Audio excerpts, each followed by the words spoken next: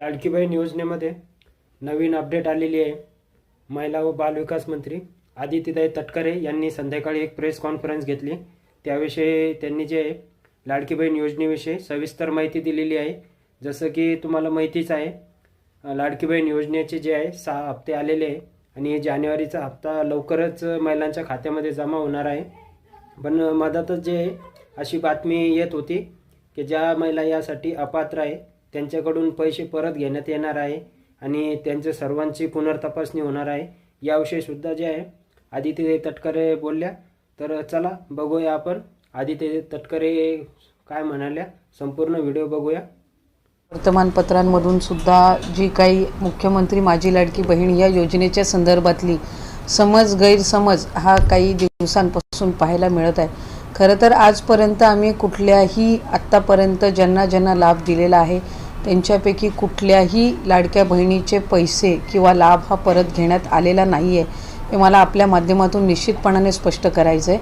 आमच्याकडे वेगवेगळ्या जिल्ह्यांमध्ये स्थानिक प्रशासनाकडे ॲप्लिकेशन्स येत आहेत, म्हणजे काही निवेदनं येत आहेत की ज्या स्वतःहून स्वइच्छेने व्हॉलेंटरीली ज्या पात्र होत नाही आहेत योजनेमध्ये त्यांचे त्या ठिकाणी खालच्या स्तरावर निवेदनं येत आहेत की आम्ही साधारणपणे ह्या योजनेमध्ये पात्र नाही आहोत, तर आम्हाला आमचा लाभ हा बंद करायचा आहे किंवा आम्ही ह्या योजनेसाठी आता पात्र होत नाही आहोत। तर त्या संदर्भातले जे ॲप्लिकेशन्स आहेत ते आम्हाला स्थानिक प्रशासनाच्या माध्यमातून, काही विभागाची जी आम्ही हेल्पलाईन केलेली आहे, काही डायरेक्ट विभागाकडे असेल, तर अशा पद्धतीचे येत आहेत। पण हा साधारणपणे रफली जो आकडा आहे हा काही 3-3.5-4 हजारमध्ये असेल आणि तो रोज 5-10 अशा पद्धतीचे अर्ज आहेत।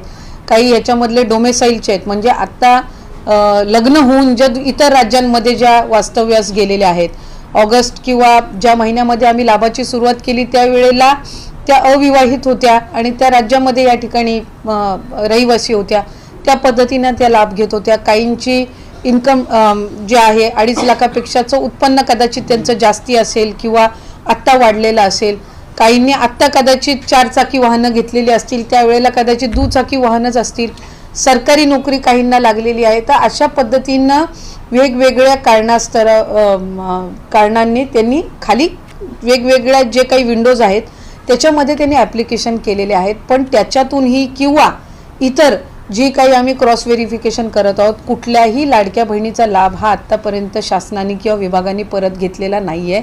स्वइच्छेने व्हॉलेंटरीली ज्या माझ्या लाडक्या बहिणी योजनेमध्ये पात्र नाही आहेत त्या स्वतःहून त्या ठिकाणी म्हणतात की आमचा लाभ जो आहे तो आपण त्या ठिकाणी परत घ्यावा किंवा आम्ही आता या योजनेसाठी आम्ही पात्र नाही आहोत, अशा पद्धतीचे जे ॲप्लिकेशन्स येत आहेत त्या संदर्भातली जी भूमिका आहे ती आम्ही वेळोवेळी स्पष्ट केलेली आहे। ज्या माझ्या लाडक्या बहिणींना लाभ गेलेला आहे आत्तापर्यंत, म्हणजे किती 4 हफ्ते असतील, 5 हफ्ते असतील, काहींना 6 हफ्ते गेले असतील, कारण जुलै ऑगस्टचा आम्ही एकत्रितपणाने दिलेला होता, त्याच्यानंतर सप्टेंबर ऑक्टोबर महिन्याचा 9 ऑक्टोबरला दिलेला होता, डिसेंबर महिन्याचा आम्ही 25 ते 30 डिसेंबर दिलं होतं।